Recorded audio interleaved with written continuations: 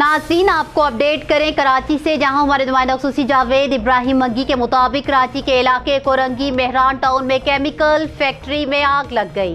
ज़राए के मुताबिक इतला मिलते ही डिप्टी कमिश्नर कोरंगी सलीम लाउडू और असिस्टेंट कमिश्नर कोरंगी इम्तियाज मंगी मौका पर पहुंच गए।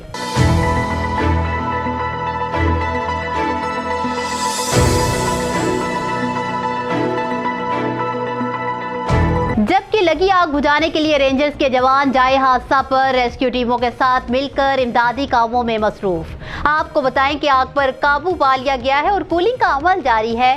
ताज़ा तरीन इतलात के मुताबिक केमिकल फैक्ट्री में आतिशज़दगी के बायस 13 मजदूर जाँ बहक हो गए, जबकि केमिकल फैक्ट्री में सुबह 10 बजे के करीब आग लगने का वाकया पेश आया।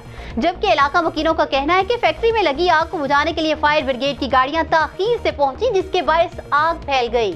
आपको बताते चले कि फायर ब्रिगेड का अमला फैक्ट्री में लगी आग को बुझाने के लिए मौजूद है और आग बुझाने की कोशिश के दौरान 2 फायर फाइटर्स भी जख्मी हुए, जबकि फैक्ट्री की दीवारें तोड़ने के लिए हैवी मशीनरी को भी तलब कर लिया गया है।